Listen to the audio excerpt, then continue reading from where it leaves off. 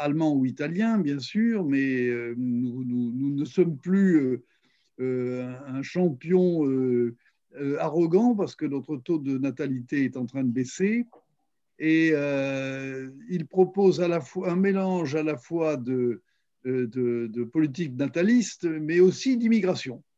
Et je pense qu'il va lancer un débat intéressant sur ce sujet. Mais je ferme la parenthèse parce que ce n'est pas l'objet de mon... Non, mais c'est dans ce cadre-là que nous voulons en reparler, tout à fait. Je vous, alors, je vais pas me contenter du Covid parce qu'il faut replacer les inégalités dans, dans une vision un peu plus longue. En fait, je vais traiter de trois inégalités, et pas plus, parce qu'il y a beaucoup d'autres manifestations des inégalités. Les inégalités de revenus, les inégalités de patrimoine et les inégalités de chance. Ce sont les trois grandes inégalités qui concernent ce qu'on appelle globalement la pauvreté. Les inégalités de revenus, la France n'est pas mal placée en Europe. Nous avons 14%, nous avions au début 2020 14% de la population en dessous du seuil de pauvreté. Le seuil de pauvreté, c'est 1063 euros et un peu plus parce que mon chiffre est de 2018. Mais c'est de cet ordre-là, c'est donc c'est par mois, c'est 60% du revenu médian. Donc, le chiffre de 14% se comparait tout à fait bien avec l'Allemagne qui est à 16, le Royaume-Uni qui est un peu au-dessus de 16, et la moyenne européenne qui est plutôt autour de 15. Donc, la politique fiscale redistributive française a un impact assez important pour réduire les inégalités de revenus. Pour vous donner un chiffre, si nous n'avions pas cette politique redistributive, les inégalités, 24% de la population française serait en dessous du seuil de pauvreté. On passe de 24% à 14% grâce à la politique de redistribution. En gros, le budget social de la nation. Et lorsqu'on dit que ce budget social est excessif ou autre, il faut avoir à l'esprit que c'est une magnifique machine pour réduire les inégalités. Dès avant le Covid, malheureusement, ces inégalités ont recommencé à se creuser. 2018 et 2019 sont des mauvaises années. On a vu, notamment à cause des Gilets jaunes, le pouvoir d'achat des Français augmenter, et la seule catégorie de population dont le pouvoir d'achat n'a pas augmenté, parfois même régressé, c'est les 10% les plus pauvres. Pourquoi ? Parce qu'ils n'ont pas bénéficié des aides liées au plan Gilets jaunes, parce qu'ils ne travaillent pas pour une très grande partie d'entre eux. Le RSA est resté indexé sur les prix, mais n'a pas connu de revalorisation. Et les APL et un certain nombre d'autres aides ont été soit réduites, soit désindexées. Et donc, cette politique redistributive dont je vous parlais a été écornée en 2018 et 2019. Et c'est dans ce climat qu'est apparu, dans ce climat de tendance au creusement des inégalités, qu'est apparu le Covid. Alors, ou la Covid, puisque c'est un féminin. Je ne sais pas pourquoi d'ailleurs. Alors, la Covid a renforcé cette dynamique. On constate un accroissement des titulaires du RSA. On peut considérer que c'est entre 7 et 10% de personnes en plus qui accèdent au RSA désormais. On a montré les distributions alimentaires, les files d'attente devant les distributions alimentaires, et on a vu que de nouveaux publics apparaissaient. En fait, dans les périodes de crise, les gens les plus aisés se protègent, et on ne constate aucune perte de pouvoir d'achat des 20 ou 30% les plus aisés. Je dis aisés parce que ce ne sont pas obligatoirement des gens riches. Ce sont eux qui ont économisé l'essentiel des 100 milliards d'épargne supplémentaire constatée. En revanche, les 20% les plus pauvres se sont endettés et ont perdu du pouvoir d'achat parce que beaucoup de petits métiers ont disparu pendant la crise.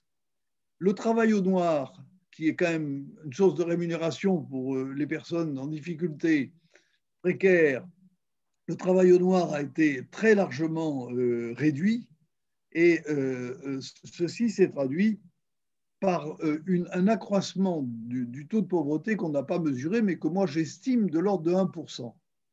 C'est-à-dire qu'on devrait désormais avoir un taux de pauvreté qui soit au-dessus de 15%.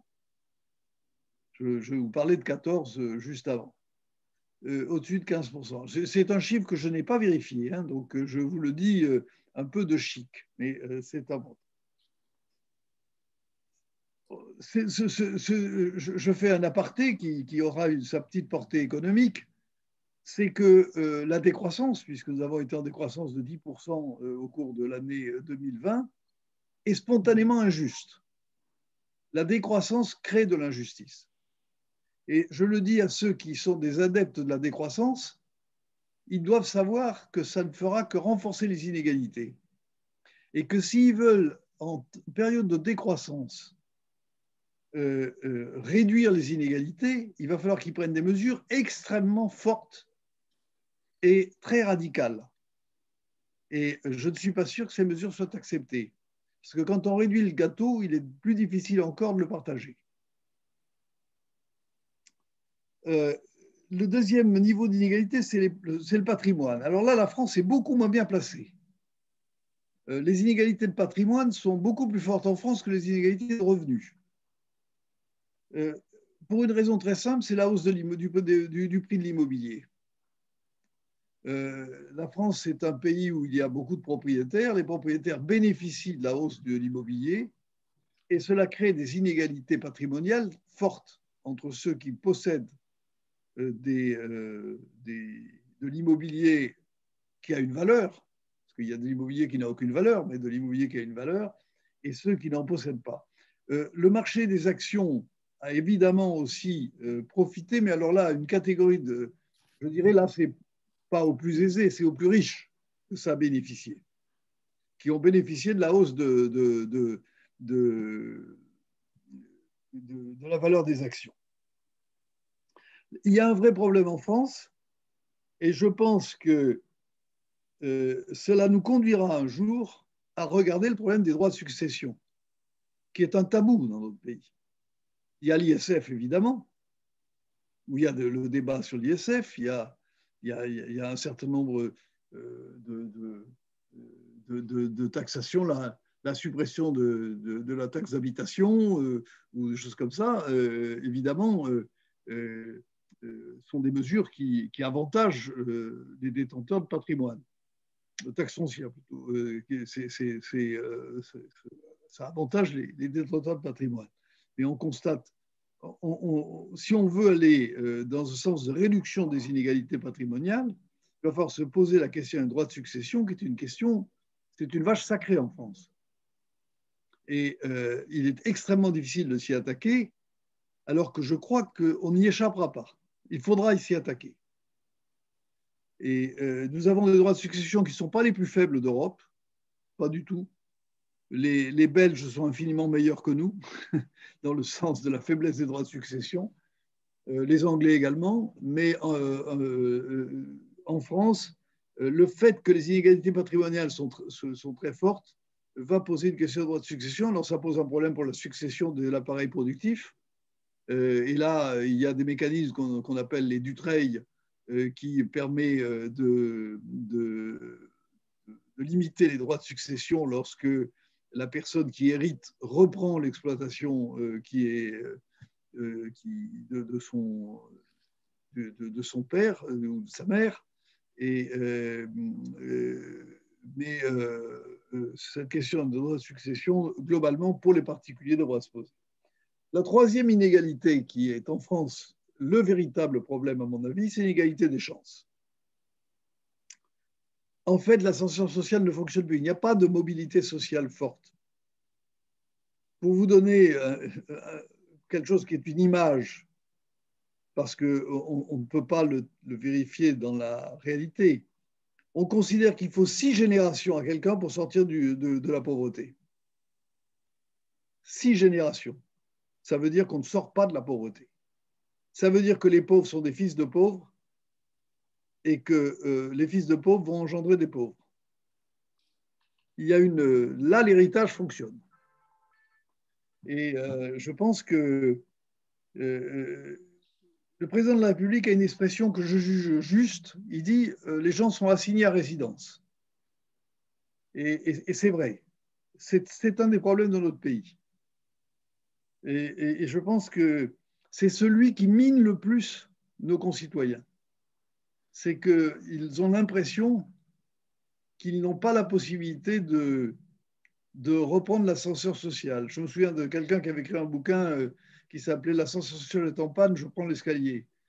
Mais même l'escalier lui-même ne fonctionne pas. On a une société qui est pétrifiée d'une certaine manière. Alors l'intuition de la stratégie pauvreté qui avait été présentée par Macron en 2018, c'était qu'il fallait traiter le problème en donnant la priorité à la jeunesse. Moi, je pense que c'était une bonne intuition. La mise en œuvre a été malheureusement beaucoup moins emballante que le principe lui-même de s'attaquer à la jeunesse, à la famille, parce que c'est là qu'il faut prendre les inégalités de chance à la racine. Voilà ce que je voulais vous dire. Je voudrais conclure en disant que on pourra revenir ensuite sur les outils qui peuvent être utilisés pour réduire ces inégalités. Mais je voudrais vous dire que inverser la dynamique des inégalités, qui est une dynamique actuellement de croissance des inégalités, inverser cette dynamique, c'est une affaire politique, ce n'est pas une affaire de mesures. Il faudra bien sûr des mesures, mais c'est une affaire politique. Il faut d'abord avoir l'appui du pays. Et actuellement, le sentiment de solidarité s'effrite en France. Et je pense que c'est un problème extrêmement sérieux. Je pense que la montée de l'individualisme dans notre pays, le chacun pour soi, constitue une menace pour la cohésion du pays. Il faut arriver à convaincre les Français qu'une société moins inégalitaire, une société plus juste et une société plus agréable pour tous, parce qu'elle est plus confiante, parce qu'elle est plus optimiste, parce qu'elle est plus démocratique. Et je pense que ce travail n'est pas fait actuellement. Le mouvement associatif essaye de s'y livrer, mais il est peu entendu. Il n'a pas beaucoup de relais pour dire cela. On peut toujours faire des tribunes dans les journaux. J'en ai fait un nombre sérieux sans avoir le sentiment de changer quoi que ce soit à la réalité des choses. La crise du Covid, à un moment, a renforcé la solidarité du pays parce qu'on s'est aperçu, le pays a réagi de manière où il y a eu des élans de solidarité. On l'a vu, la fabrication des masques, on l'a vu vis-à-vis des personnels soignants, on l'a vu vis-à-vis des salariés en première ligne, etc. Mais cette solidarité n'a pas, je pense qu'elle est extrêmement, ce rebond de la solidarité est très fragile et n'empêche pas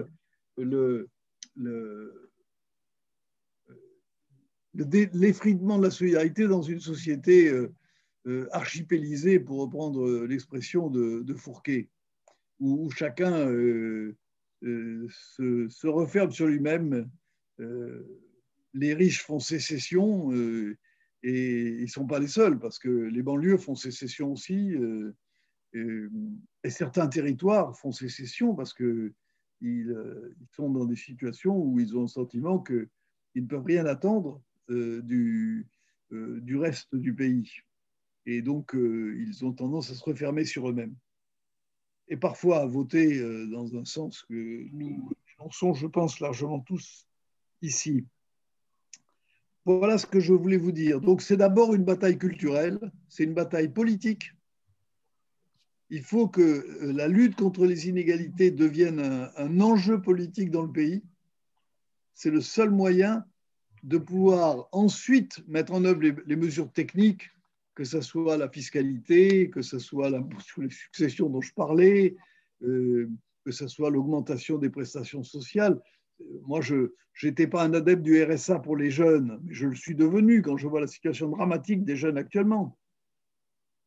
Je pense qu'on ne peut pas échapper à un minimum social pour les jeunes actuellement, parce que la situation est dramatique. Il y a 4 pays en Europe qui ne donnent pas aux 18-25 ans les mêmes droits qu'au reste de la population. La France fait partie de ces 4 pays. C'est une vraie question. Bon, tout cela, ça veut dire qu'il y a, si on veut mettre en place cela, il faut gagner une bataille, j'allais dire, idéologique sur la pauvreté et sur la solidarité. Il faut que la solidarité devienne une véritable valeur pour notre société. Voilà, je vais en rester là, hein, parce que sinon je serai trop long. Comme vous voulez. Non, je ne vais pas. À travers des questions, peut-être que je reviendrai sur Alors ça. on va lancer des questions. Surtout que je vous avais dit que je. Vous devez nous quitter à moins le quart. À moins le quart, voilà. Bon, ben, il nous reste quand même 50 minutes. 50 minutes, oui, donc ça fait quand même un beau débat. Je trouve que les questions peuvent être lancées. Je trouve que ce que vous venez de dire, notamment sur les jeunes, me paraît important. Donc, ça pourrait peut-être faire partie du débat. Ça pourrait être en effet une action très importante parce que les jeunes, c'est aussi non seulement une situation présente difficile, mais c'est aussi les gens qui vont couper votre micro, qui vont intervenir dans notre avenir, c'est-à-dire que les jeunes soient bien préparés à vivre dans notre société est un élément fondamental pour que notre société aille mieux, comme vous le disiez. Ce que vous avez dit aussi, vous avez employé un terme qui nous touche beaucoup, c'est à propos de la solidarité, c'est l'aspect culturel. Je pense que là aussi, il y a sans doute un travail important à faire dans la mesure où la culture n'est pas nécessairement bien partagée aujourd'hui et que la partager de manière peut-être plus égalitaire ou plus universellement serait aussi un élément important. Et là, on pense, parce que les gens comme nous ont un accès facile à la culture, mais il y a beaucoup de jeunes et de gens de banlieue notamment, où vous parliez tout à l'heure des Gilets jaunes, qui ont un accès à la culture qui est plus difficile, moins aisé ou moins riche que celui de beaucoup d'autres. Alors ça fait sans doute partie d'éléments qui sont essentiels pour assurer une meilleure solidarité entre Français. Le troisième point que je voulais aborder avec vous là tout de suite, mais les questions peuvent être lancées par d'autres, hein, c'est est-ce qu'on peut faire ça seul dans notre pays? Est-ce que ce n'est pas quelque chose qui doit être fait aussi et là peut-être c'est une occasion de renforcer les liens européens à un niveau européen. C'est-à-dire que la solidarité européenne qui n'a pas été toujours manifeste ces dernières années, est-ce que ce n'est pas aussi à travers des actions européennes de relance économique, mais peut-être de relance culturelle, sociale, que ça pourrait intervenir? Voilà. Sur la culture, je partage totalement votre avis. Ce qui m'a frappé quand j'étais président de la Fédération des acteurs de la solidarité, mais ça ne m'a pas frappé tout de suite, hein, j'ai mis un peu de temps à m'en apercevoir, c'est que les associations qui sont auprès des personnes les plus précaires ont de telles urgences alimentaires, logement, chômage, qu'elles n'ont pas investi dans le domaine de la culture. À quelques exceptions près, j'en vois deux, c'est ATD et c'est Emmaüs Solidarité, la branche Emmaüs qui s'occupe du logement, qui ont investi dans le domaine culturel. Et donc j'avais, dans les 2 dernières années de mon mandat, mis l'accent sur cet aspect de culture, parce que je pense que, je n'en ai pas parlé, mais l'accès au droit est quelque chose d'absolument essentiel, et il y a un droit à la culture. Il y a un droit à la culture qui, évidemment, n'est pas respecté.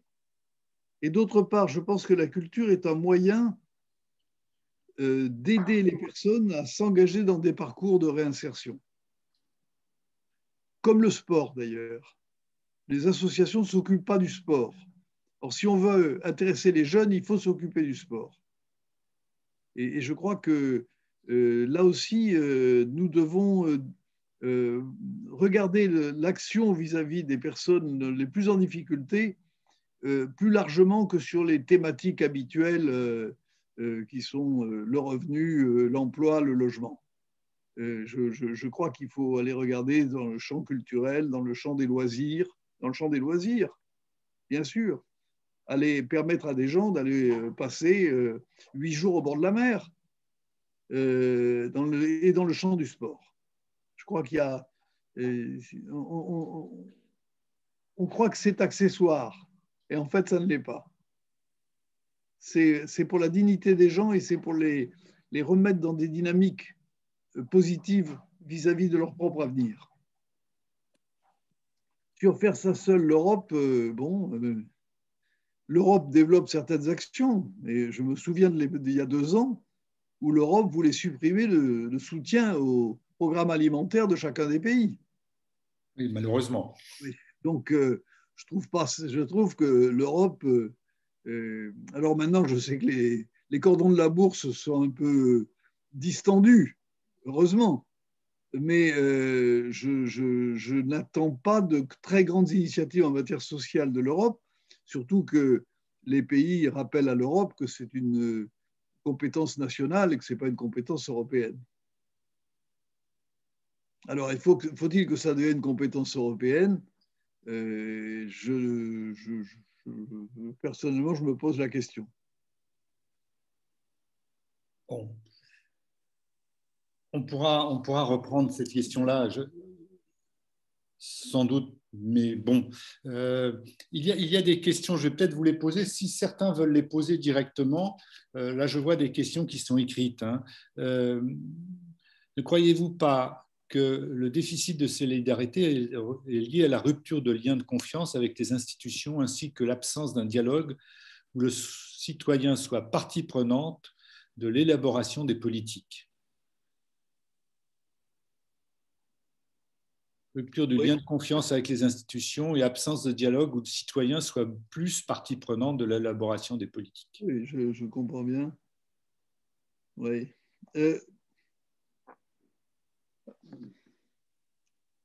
Moi, je suis un républicain assez traditionnaliste. C'est-à-dire que si de faire appel aux citoyens, c'est faire des conventions citoyennes comme celles que nous avons eues sur le climat, je dois vous dire mon très grand scepticisme. Parce que je pense que cette convention n'a pas été positive, même pour la cause qu'elle défend. Et je crois que la démocratie participative au niveau national est extraordinairement difficile à mettre en œuvre. Au niveau local, ça se fait beaucoup plus facilement. Au niveau du quartier, au niveau de la commune, ça se fait beaucoup plus facilement. Au niveau national, c'est quand même une affaire compliquée. Et je rappelle d'ailleurs qu'il y a un Parlement avec des députés élus et que le système électif a quand même quelques mérites et que le court-circuité présente aussi quelques inconvénients.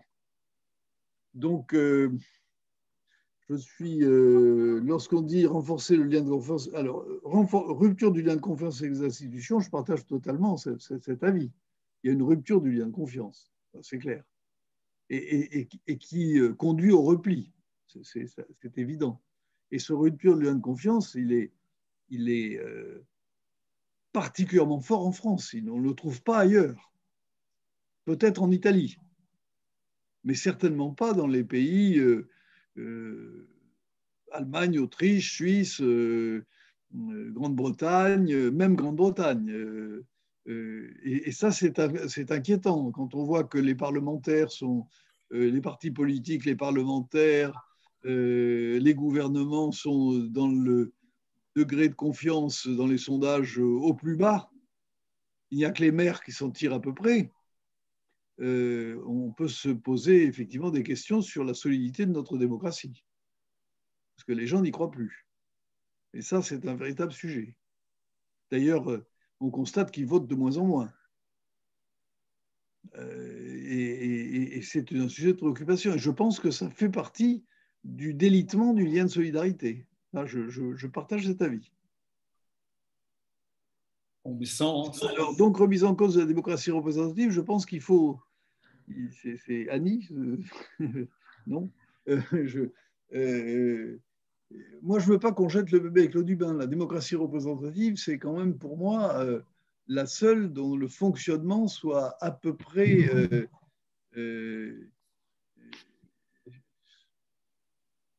transparent. Ouais, est-ce qu'on peut réagir là-dessus? Oui, bien sûr. Et Jean-Claude Henrard, alors. Moi, je crois que la représentation n'est plus démocratique. Quand on voit la composition du Parlement, combien d'ouvriers, combien de paysans ne sont pas représentés. Deuxièmement, la Constitution ne donne pas beaucoup de pouvoir au Parlement.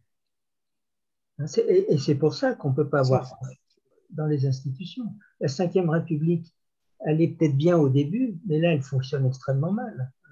Un homme entouré du pouvoir exécutif et puis de godillots, je pousse un peu. Hein. Comment peut-on avoir confiance dans le Parlement? C'est pas possible. Et c'est pour ça que la demande des citoyens peut compléter. Il ne s'agit pas de supprimer le Parlement, bien sûr, mais le Parlement ne joue pas son rôle actuellement.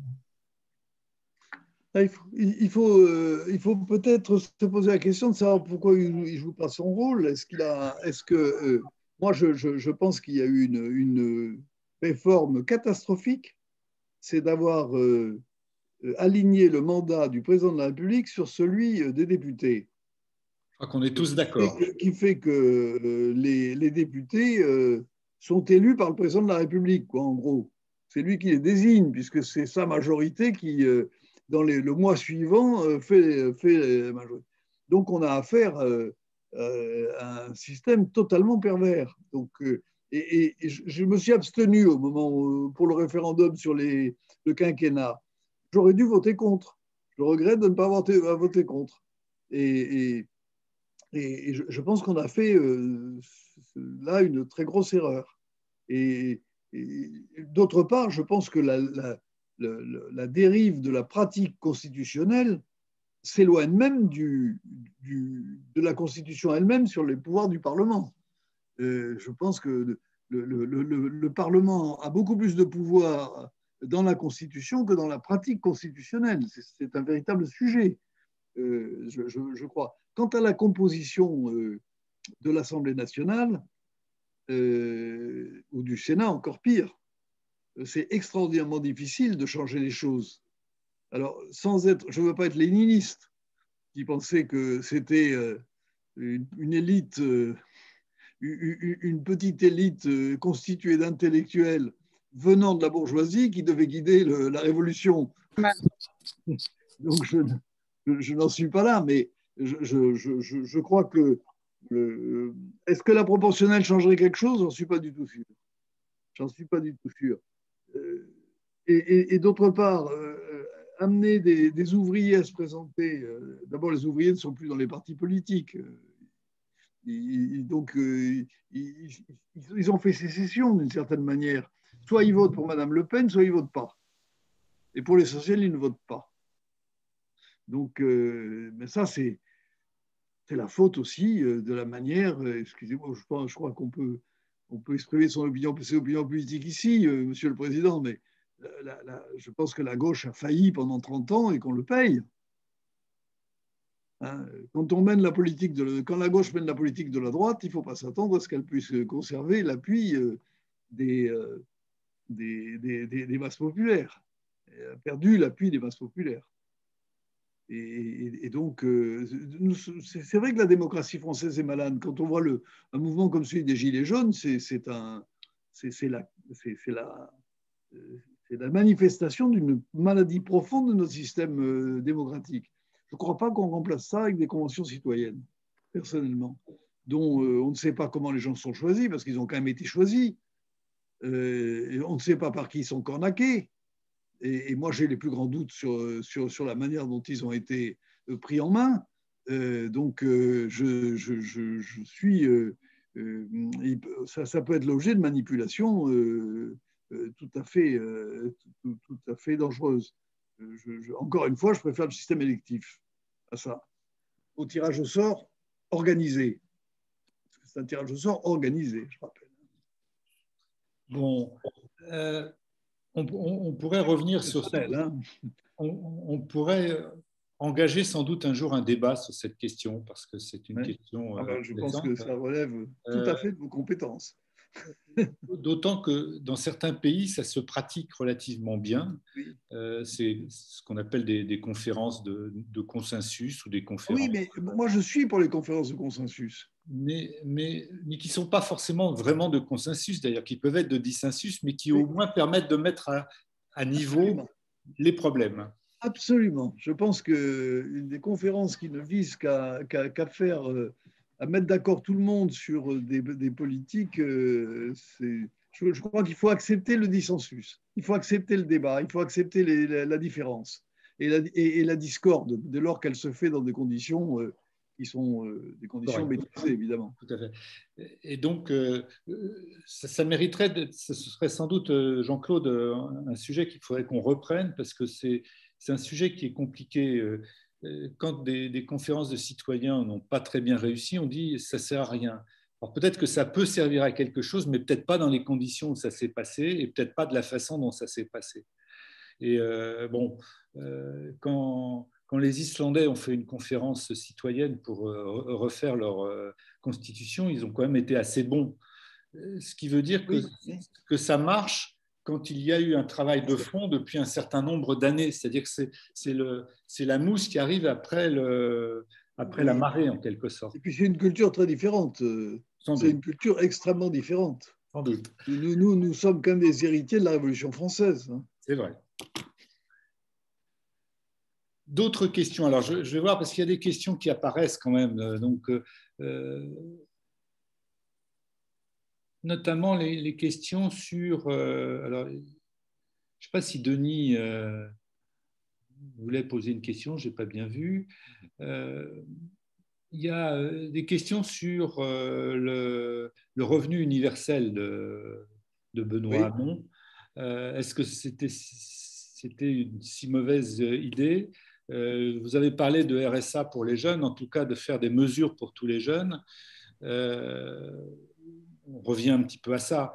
Donc la question tourne autour de ça, c'est-à-dire de donner un revenu à des jeunes de façon qui sera en quelque sorte un revenu d'insertion dans la société. Oui. Je pense que si on étendait le RSA aux jeunes, il ne faudrait pas faire une simple extension du RSA.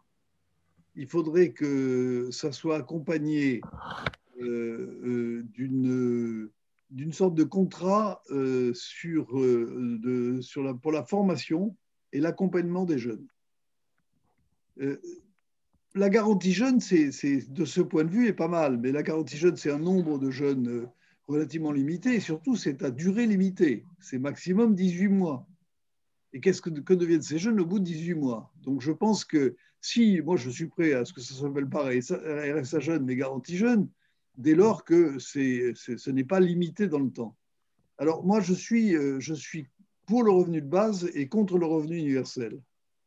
C'est-à-dire que je suis pour un revenu garanti, c'est-à-dire dont j'estime qu'il devrait être assez proche du minimum vieillesse, 825 ou 850 euros.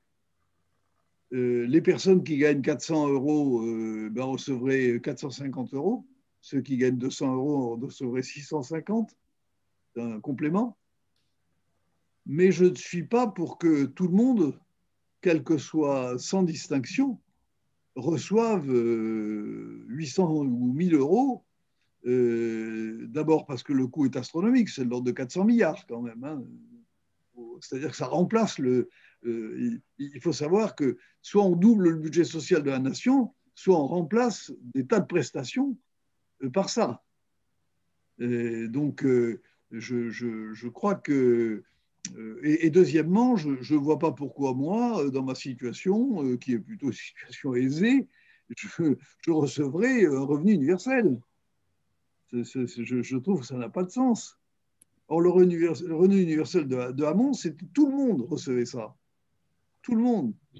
D'autre part, je ne voudrais pas en faire en plus un piège à emploi. C'est-à-dire que cela dispense les gens de chercher du travail et de travailler. Parce que moi, je crois qu'une société où on n'a plus où le travail n'a pas une place centrale, c'est une société qui va partir à volo. Ça, c'est mon sentiment. Parce que nous avons absolument besoin d'avoir des citoyens qui participent à la création de richesses dans le pays. On ne peut pas avoir des gens qui, parce qu'ils n'ont pas envie et que le revenu universel le leur permettrait, se mettraient en marge de la société et simplement seraient des consommateurs des sommes qu'ils reçoivent. Donc, à la fois, je ne vois pas pourquoi des gens aisés ou correctement payés recevraient ce revenu universel. Je pense que c'est du gaspillage. Et deuxièmement, je pense qu'il ne faut pas que ce revenu universel dissuade les gens de rechercher un emploi et de travailler. Ceci étant dit, j'estime qu'on ne peut pas vivre en France avec moins de 700, 800 euros par personne par mois. Et donc, je pense qu'il faut progressivement porter le RSA, qu'on peut rebaptiser, à ce niveau. C'est un effort considérable, mais sans commune mesure avec ce que propose Hamon. Ce que proposait d'ailleurs. Bon. Ah bon, il le propose encore. Hein. Oui. Il est jeune, non, il est beaucoup plus jeune. Oui, c'est vrai, c'est vrai. Donc, voilà la question qui a été posée. C'est vrai qu'il y avait une discussion sur revenu universel, revenu de base, et que sur le. Bon, enfin, est-ce qu'il y a d'autres questions? Je n'arrive pas à voir si d'autres questions ont été posées. Les gens peuvent lever la main. Oui, vous pouvez aussi lever la main, faire des petites. En allant sur le. Il y a un Alain qui lève la main. Jean-Michel Echen, je peux poser une question? Allez, Jean-Michel, oui, vas-y. Simplement, il y aura, je pense, à coup sûr un remboursement quand même de la dette colossale qui a été accumulée sur le Covid. Je ne crois pas beaucoup à son effacement total et miraculeux. Alors, est-ce que ça n'est pas l'occasion aussi de renforcer de nouveau les États, un peu par rapport au libéralisme? Il y a eu de nouveau non plus l'État-providence, mais l'État venant au secours quand même de populations entières. Et est-ce que l'augmentation des impôts, qui à mon avis ne pourra que suivre, n'est pas une occasion de redistribuer un peu justement et de réduire les inégalités? Alors, la question de l'endettement est une question qui m'oblige à faire un peu de la technique. L'État ne rembourse jamais sa dette, il la renouvelle. Et il doit être en situation de convaincre les marchés qu'il est suffisamment solvable pour pouvoir renouveler sa dette. Donc, son niveau d'endettement, évidemment, est un élément qui préoccupe les marchés, parce qu'on se dit cette dette est devenue tellement forte qu'il n'aura plus de capacité même à la renouveler. On peut considérer qu'une dette est supportable tant que le service de cette dette est inférieur à la croissance nominale du pays. Parce que si le service de la dette est inférieur à la croissance nominale du pays, ça veut dire que la croissance permet naturellement une certaine réduction de la dette par rapport au PIB. Et donc, actuellement, nous sommes dans cette situation. Nous avons une croissance nominale qui se balade autour de 1,5 à 2%. Croissance nominale, c'est la croissance réelle plus l'inflation. On a une inflation qui est en train de friser les 1%. On a une croissance, je ne parle pas de l'année dernière, évidemment. Je parle des années précédentes qui étaient de l'ordre de 1,5%. Ça veut dire qu'on se retrouve avec une croissance nominale qui est de 2 à 2,5%. Et la dette, actuellement, son coût est inférieur à 0,5%.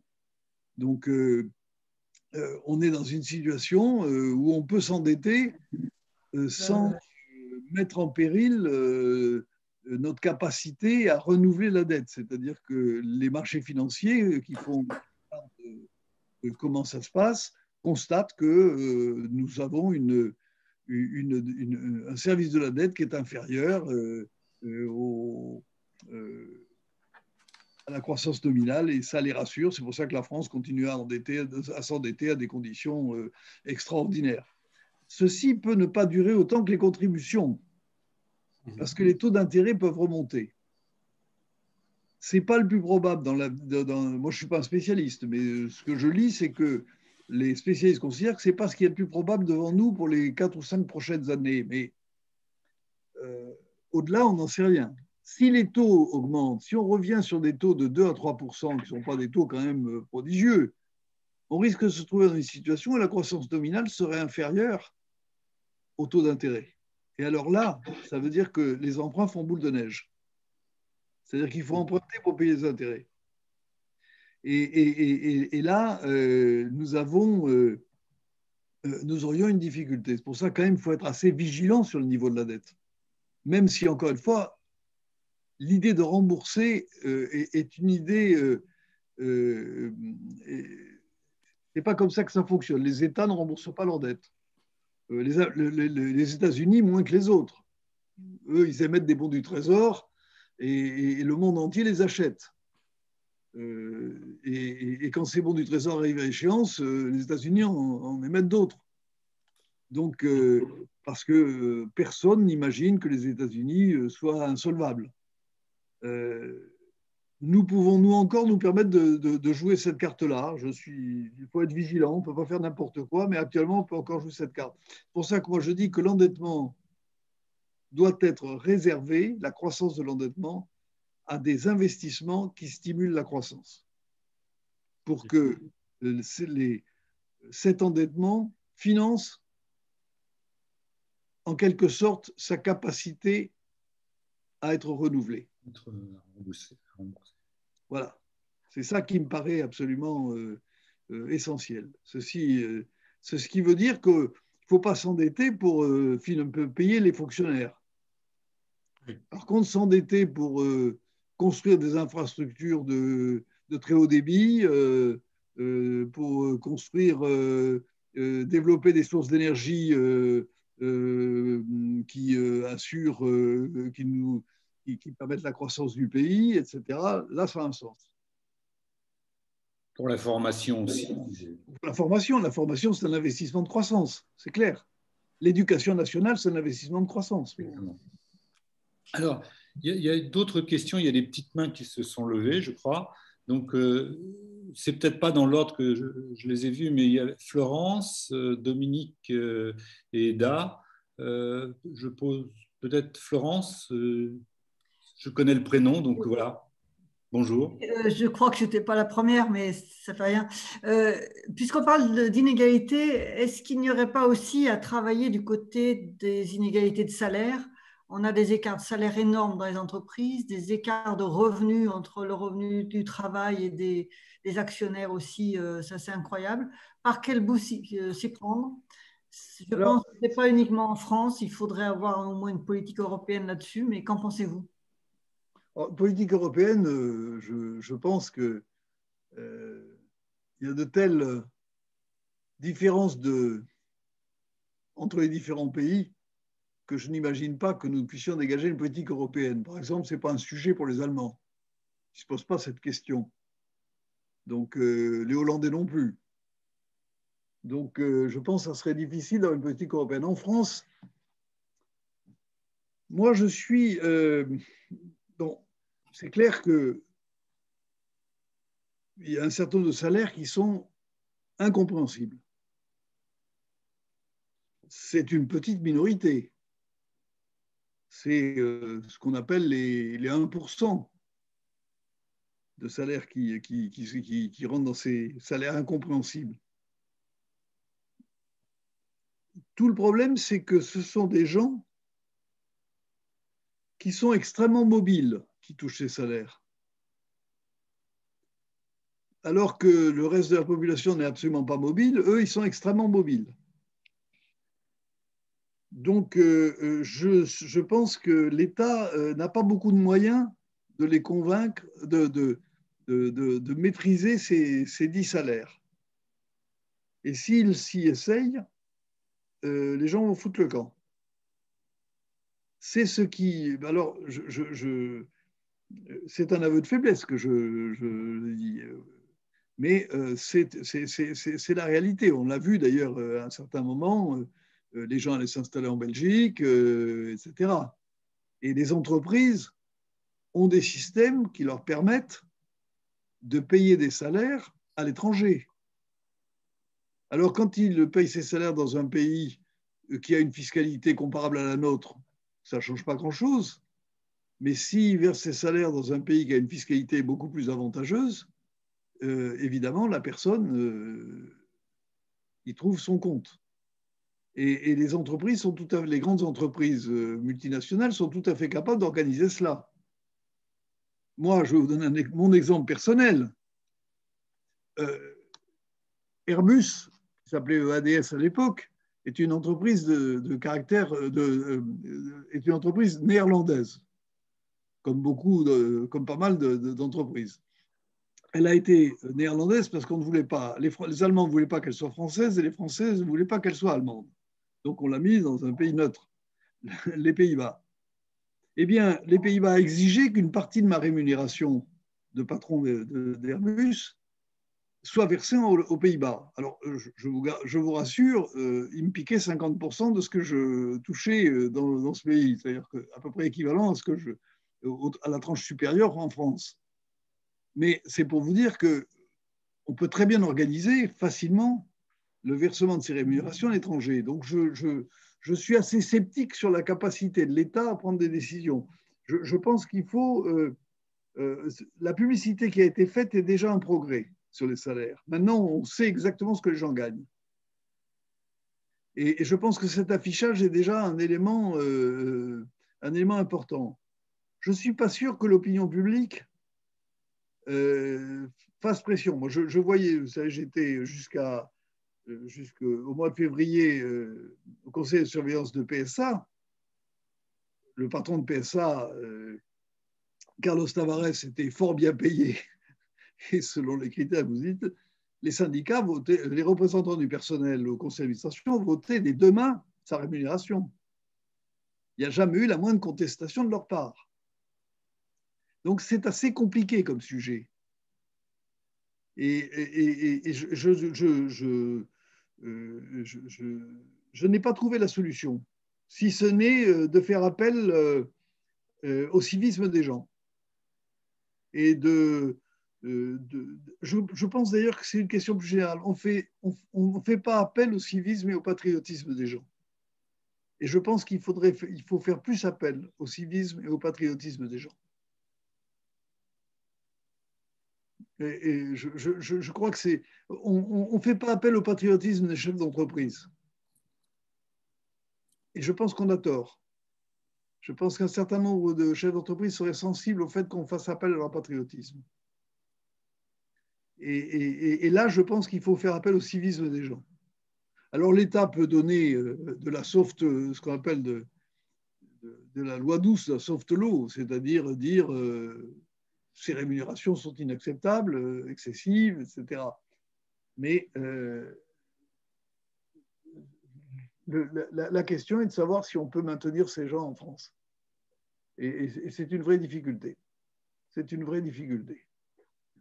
Et quand on voit les sièges sociaux qui foutent le camp de France, je pense qu'on peut accélérer cette sortie des sièges sociaux avec une politique de maîtrise des plus hauts salaires. C'est très difficile. C'est un sujet très difficile. Et je pense que l'objectif que vous fixez est bon.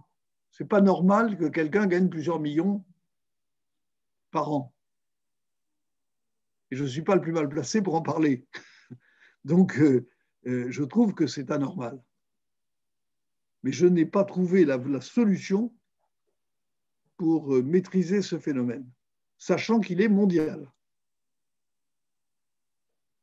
Ensuite, les autres salaires, dès lors que la fiscalité, moi je pense qu'il faut que la fiscalité est un instrument que l'on sous-estime. Et il faut piquer une partie de cette rémunération par la fiscalité. Actuellement, la fiscalité des plus hauts revenus, c'est 50%. L'État pique la moitié à peu près. Ce qui n'est pas normal, ce qui n'est pas anormal. Alors que pour les revenus du capital, c'est évidemment là où les plus gros excès apparaissent.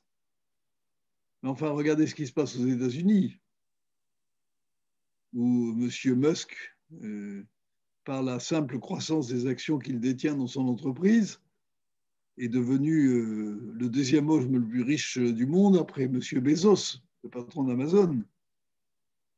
Nous n'avons pas, sauf peut-être nous avons ça en France, mais à une échelle beaucoup plus réduite. Et nous avons ça en France aussi. Nous avons quand même la 4e fortune mondiale, avec M. Arnault. Oui, nous avons ça aussi en France. Mais c'est un combat compliqué. Hein. Mais ça mérite d'être regardé. Je propose de passer aux autres questions. Peut-être Eda et ensuite Eda Weissman et peut-être ensuite Dominique ou Bernard Six. Eda.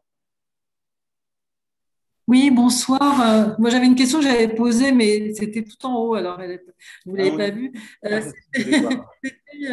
C'était plus concret, c'est-à-dire vous avez fait un constat que ce qui était le pire en France en termes d'inégalité, c'était l'inégalité de chance.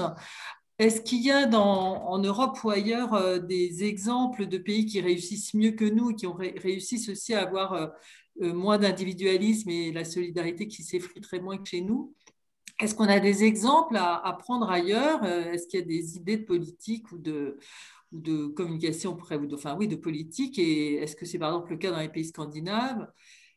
Et voilà, est-ce qu'on aurait des choses à aller chercher ailleurs? Moi, ce qui me frappe surtout, c'est que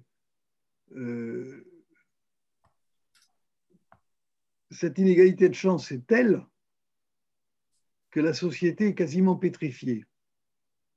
C'est-à-dire qu'il n'y a pas de mobilité sociale, ou très très peu de mobilité sociale.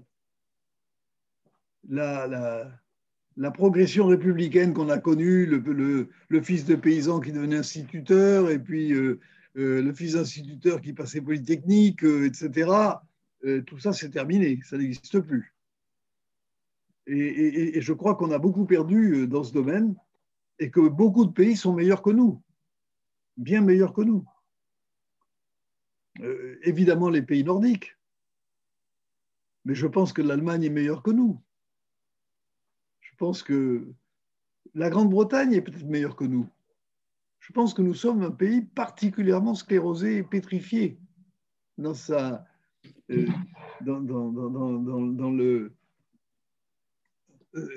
vis-à-vis de la mobilité sociale. Et je pense que pour faire face à cela, il faut s'attaquer à la racine, c'est-à-dire aux jeunes, aux enfants. Ça commence par les places en crèche, ça se poursuit par la réforme de l'enseignement primaire et le paquet qu'il faut mettre pour l'enseignement primaire. Ça se poursuit dans tout notre système éducatif, qui est un système éducatif qui actuellement accroît les inégalités et ne les réduit pas, ce qui est quand même le comble. Ça se traduit par la politique du logement. On a vu dans la crise que ceux qui étaient les plus mal logés étaient les premières victimes de la crise du Covid. Ça se traduit dans la lutte contre le chômage de longue durée, qui est la gangrène de ce pays et qui est un reproducteur d'inégalités et de pauvreté massif. Il y a des gens qui n'ont pas vu leur père travailler. Donc, ils n'ont jamais vu leur père travailler. Comment voulez-vous qu'ils se préparent à travailler eux-mêmes? Donc, je crois que nous avons énormément de choses à faire et que c'est un combat qu'il faut mener avec beaucoup de vigueur. Et je pense que moi, je suis très préoccupé du système éducatif français. Quand je vois la glissade dans tous les classements que l'on constate, alors il y a un peu moins de décrocheurs qu'avant, il y en avait 150 000, il y en a plus que 100 000 par an.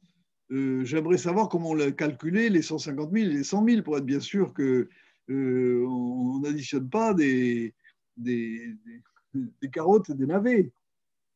Mais moi, je pense que là, il y a énormément à faire. Ça me préoccupe plus que les inégalités de revenus, je dois dire, hein, franchement. Même s'il y a des inégalités de revenus, même s'il y a des revenus qui sont inacceptables, et ça pèse évidemment sur la mobilité sociale, parce que quelqu'un qui est au RSA à 513 €, il ne fait qu'une chose, c'est essayer de survivre. Il n'a aucune chance de sortir de la difficulté dans laquelle il est. Mais je pense aussi que ce qui se passe dans le système éducatif est absolument essentiel et que le pays doit mettre le paquet sur son système éducatif pour essayer de refaire démarrer cette ascension sociale et puis veiller à ce qu'il y ait une certaine mixité dans les écoles, veiller à ce qu'il y ait beaucoup plus de bourses, veiller à ce qu'on permette aux jeunes des banlieues qui ont envie de travailler sur le plan scolaire. Moi, j'ai soutenu une initiative de Blanquer quand il était recteur à Créteil, qui était les internats d'excellence. Je trouvais que c'était une bonne idée. On m'a dit que ce n'était pas républicain. Ah bon? C'était pourtant essayer pour ceux qui étaient volontaires, pas les meilleurs. On disait, ce n'est pas les meilleurs qu'on met là-dedans, c'est ceux qui sont volontaires, qui se disent, moi j'ai envie de m'en sortir, je ne veux pas rester... je ne veux pas être soumis à la pression de mon environnement qui m'empêche de travailler. Et on les mettait en internat et on avait des résultats formidables. Bon, ce n'est pas la panacée universelle, mais il va falloir prendre ce problème à bras-le-corps. On revient sur ces questions d'éducation, de formation qui sont sans aucun doute essentielles aujourd'hui. Dominique ou Bernard Six, si vous voulez poser votre question. Oui, on a vu, et Louis Gallois l'a dit tout à l'heure, que le niveau de redistribution sociale était encore plus mis à mal par la crise sanitaire. Oui. Et les prélèvements sociaux sont quand même très importants en France, et je ne pense pas que augmenter les impôts pour financer les boucliers sociaux, disons, soit à l'ordre du jour en ce moment. Donc, il ne nous reste pas grand-chose. Alors, que faire? On peut peut-être faire une chose qu'on a laissé tomber depuis pas mal de temps, réformer l'État. Réformer l'État et l'organisation de l'État et des collectivités locales, qui nous coûte quand même, je suppose, assez cher. On n'a pas chiffré, mais enfin, on sait quand même que... Et cette réforme de l'État, elle est quand même en panne, là, actuellement. Et surtout, alors quand on dit réforme de l'État, c'est surtout essayer de le rendre beaucoup plus efficace. Alors l'État, mais aussi tous les opérateurs sociaux, les CAF, etc., pour qu'au moins on puisse dégager quelque chose et que ce soit plus transparent, de manière à ce que l'adhésion à l'impôt soit peut-être meilleure. Voilà, c'est une piste. Alors, je suis d'accord avec votre démarrage, avec votre fin. Je suis moins d'accord avec votre démarrage. Moi, je n'ai rien contre l'impôt. Hein. Je pense qu'il y a des impôts qu'on peut augmenter en France. Je parlais des droits de succession. Je ne vois pas pourquoi on réduit la taxe d'habitation pour les 20% les plus riches. Franchement, je crois qu'il y a à faire du côté des impôts. Donc, je ne suis pas obsédé par le fait qu'il ne faut pas augmenter les impôts. Moi, je n'ai rien contre le fait qu'on paye des impôts. C'est l'expression de la solidarité nationale, l'impôt, quand même. Il faut le rappeler aux gens, d'ailleurs. On pourrait peut-être leur expliquer pourquoi ils payent des impôts. Alors ensuite, vous avez dit, mais il faut, pour accepter l'impôt, il faut être sûr que l'argent est bien dépensé. Moi, je ne sais pas si on peut faire beaucoup d'économies au niveau de l'État. On peut certainement faire, mais il faut embaucher plus de juges, il faut embaucher plus de policiers, il faut mieux payer les instituteurs, mieux payer les chercheurs, mieux augmenter le nombre et la rémunération des personnels de santé. Tout ça, ce sont des choses que tout le monde considère comme souhaitables et qui va coûter de l'argent. Alors, les économies qu'on peut faire d'un côté, je vois assez bien comment elles peuvent être dépensées de l'autre. Alors, vous avez évoqué les collectivités locales. Je pense que du côté des collectivités locales, il y a des économies possibles, même si elles améliorent progressivement leur fonctionnement. Enfin, ce n'est pas les cadences infernales dans les collectivités locales, on le sait bien. Donc, il y a certainement de la marge de manœuvre. Je ne suis pas absolument sûr qu'on trouve des dizaines de milliards, mais ce que je crois important, c'est qu'il faut réformer, améliorer l'efficacité, ne serait-ce que pour convaincre les gens de payer des impôts. Et je crois que là, vous avez raison. Il faut réformer l'État, il faut réformer les collectivités locales, il faut que tout ce monde-là soit plus efficace et ça aidera les gens à comprendre la nécessité de payer les impôts. Tandis que là, actuellement, ils disent que c'est pour payer les gaspillages de l'État, les gaspillages des collectivités locales, c'est de la spoliation.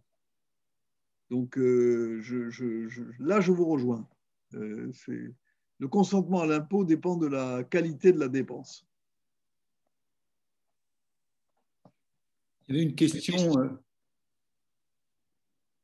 avait une question qui rejoignait un peu celle-ci d'Annie 73, donc Savoie, qui était qu'est-ce qui serait possible pour améliorer l'inégalité des chances, notamment de récupérer ceux qui sont les plus précaires. Est-ce que le fait que les jeunes, ou pas les jeunes d'ailleurs, que notre système de protection sociale et l'accélération de la dématérialisation qui engendre un non-recours des personnes les plus précaires, les moins formées, en d'autres termes, ne faut-il pas chercher à simplifier l'accès aux droits pour récupérer les invisibles et les 10% les plus pauvres? Je pense que bien sûr, bon, je pense que l'accès au droit est une question extrêmement importante. 30% des personnes qui ont droit au RSA ne le demandent pas. Et donc, je pense qu'il faut aller vers l'automaticité du versement du RSA. L'État y est évidemment hostile parce que ça veut dire qu'il fait des économies sur le fait qu'il y a du non-recours. Mais je pense que c'est indispensable. Et vous savez, l'aspect au droit ne se limite pas au RSA. Hein. Toutes les prestations font l'objet de fuites de ce type. Le numérique ne fait qu'accroître les choses, les difficultés. Parce que soit les gens ne savent pas se servir du numérique, soit ils n'y ont pas eux-mêmes accès.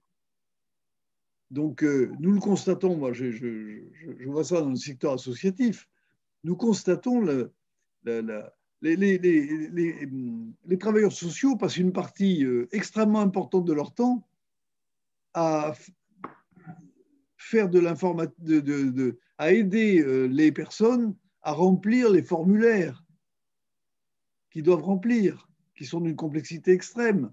J'avais proposé à Mme Touraine, ministre de la Santé, de remplir le formulaire nécessaire pour avoir accès à la CMU, à la complémentaire CMU. C'est 8 pages de questions. On vous demande l'historique de vos salaires sur toute l'année précédente pour des gens qui ont eu des petits boulots, etc. C'est quasiment impossible de reconstituer cela. Donc, l'accès au droit, c'est certainement important, mais je pense qu'il faut aller au-delà de l'accès au droit. Il faut être capable d'aller chercher les décrocheurs et de les remettre dans des dynamiques d'intégration.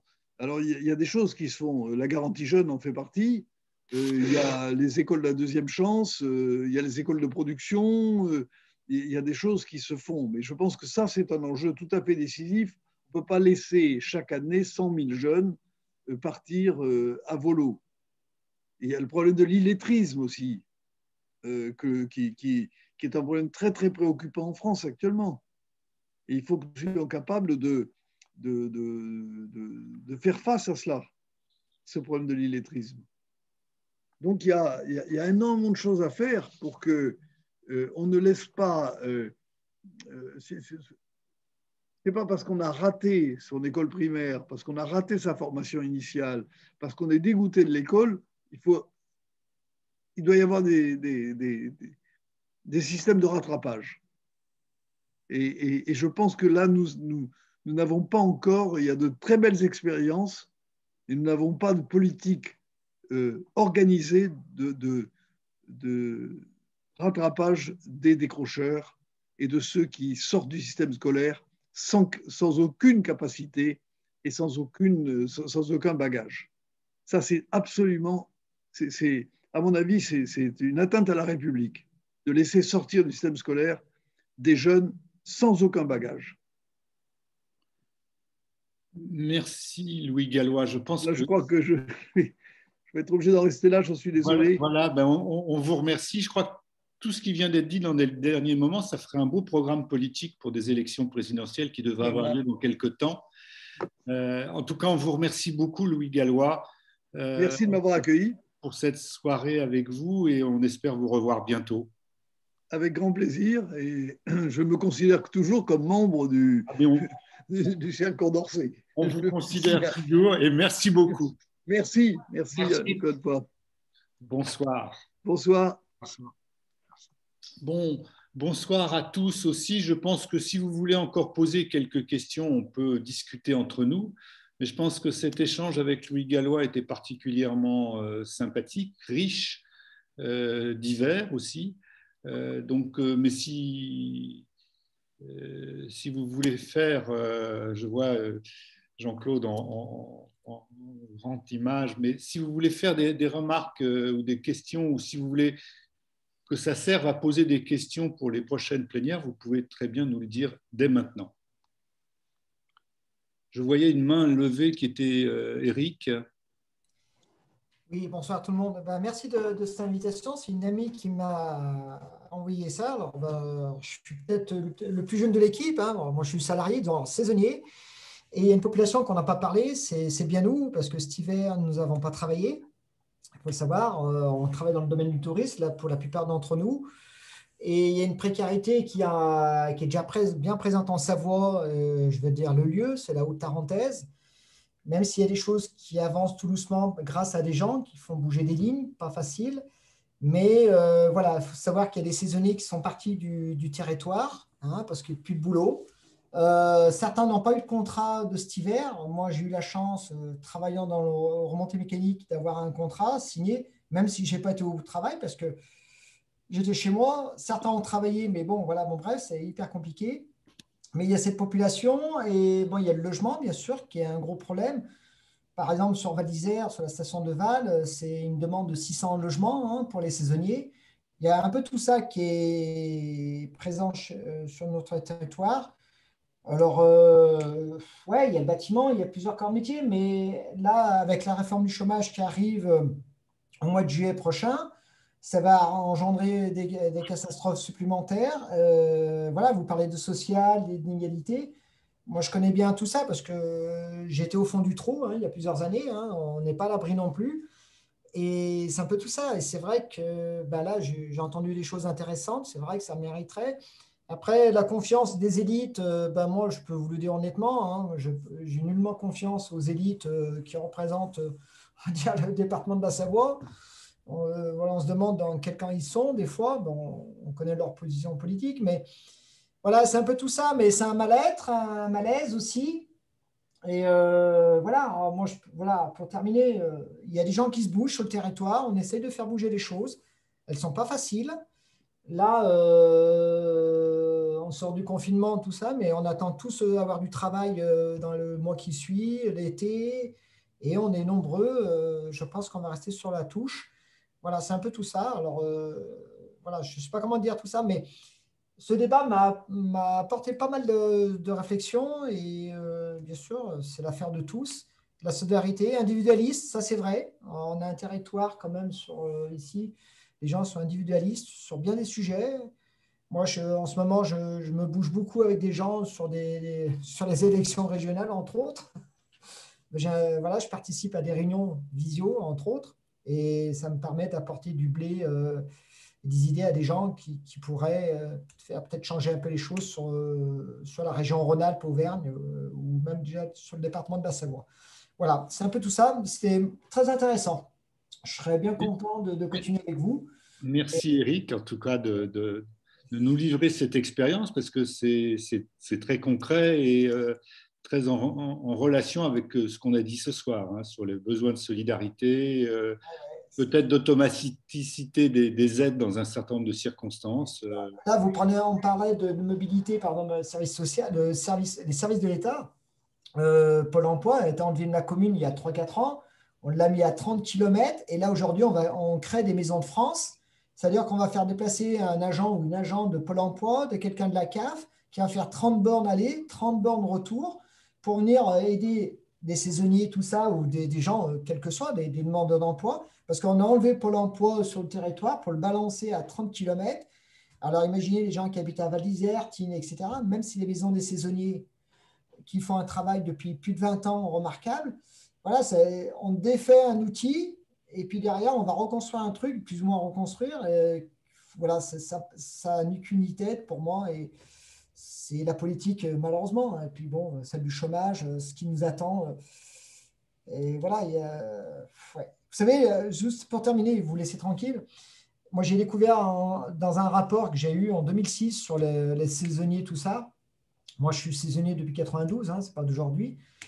Et j'ai découvert la maison des saisonniers d'une commune, de Val d'Isère, entre autres. Elle a été créée suite à des suicides. Faut-il attendre qu'il y ait des gens qui se jettent dans l'Isère ou du barrage de Tignes ou se pendent, comme on a connu dans un passé pas si lointain, des gens qui se sont pendus en forêt pour des raisons multiples, mais des fois la précarité et d'autres motifs. Faut-il attendre tout ça, qu'il y a des gens passent à l'arme à gauche, comme on dit? Non, moi je dis non. La responsabilité, elle vient des politiques qui nous représentent et de l'État. Hein. On démonte. Le Covid, on va le payer, hein, voilà, etc. On va tous le payer indirectement, je ne sais pas, mais voilà, c'est un peu tout ça qui est un malaise. Et voilà, merci à vous pour. En tout cas, merci Eric. Je pense que si d'autres voulaient donner un avis particulier maintenant, ou poser des questions pour les prochaines réunions. Non? On n'est pas loin de 8 heures. Hein. On peut aussi se dire que vous pouvez profiter de la dernière heure avant le couvre-feu. Mais bon, surtout qu'il ne pleut pas pour le moment. Pas de remarques, pas de questions autres. Je ne peux pas voir tout le monde, donc n'hésitez pas à dire un mot si vous avez besoin. Sinon, ce que je vous proposerais volontiers, c'est de nous quitter maintenant et de nous revoir donc le 7 juin. Le 7 juin, ce sera donc une plénière sur la commune de Paris et ses 150 ans. Comme vous le savez, cette commune que certains ne veulent pas commémorer, mais pourquoi pas après tout. Mais c'est intéressant de se rappeler ce qu'elle a été, ce qu'elle a fait, parce qu'un certain nombre de grandes idées qui sont apparues à ce moment-là, ou de grandes pratiques qui sont apparues à ce moment-là, notamment la laïcité, l'égalité homme-femme, l'éducation nationale, publique, tout un tas d'idées qui existaient déjà un petit peu avant, mais qui ont été mises en pratique au moment de la Commune, méritent d'être revues aujourd'hui à l'aune de notre actualité à nous, à la fois parce qu'elles ont créé un imaginaire, hein, voire une utopie, et que certaines de ces utopies sont toujours d'actualité. On parlait tout à l'heure d'égalité, de réduire les inégalités. C'était l'une des choses que la Commune de Paris avait tenté de faire et qui, bien évidemment, ne plaisait pas à l'époque aux Versaillais et même à certains de leurs représentants républicains. Ce qui est le plus remarquable peut-être dans cette histoire de la commune, vous avez tous entendu parler de Jules Ferry, des Jules d'ailleurs. Or, Jules Ferry était un anticommunard absolu, était plutôt à l'origine pas un très bon républicain et n'était pas tellement pour l'école laïque. Et finalement, 10 ans, 15 ans après la commune, il a mis en pratique les idées de la commune sur l'école publique et ensuite, bien sûr, c'est au tour d'Aristide Briand et la République des radicaux en 1905 sur la laïcité, mais tous ces éléments-là ont eu un moment de naissance, de gloire et d'application pendant les 72 jours de la commune. Quand on voit ce que ces gens ont réussi à faire en 72 jours, ça mérite encore aujourd'hui d'être salué et peut-être de revoir un peu comment aujourd'hui encore on peut parler de la commune et de ce qu'ont fait ces personnes de la commune. Donc c'est avec Ludivine Bantini, qui est une historienne qui a publié un joli ouvrage sur la commune aujourd'hui. Je vous propose donc de la retrouver ensemble le 7 juin. Voilà, si vous êtes d'accord. Je vous salue donc. Merci, bonne soirée. Merci à tous. Merci beaucoup.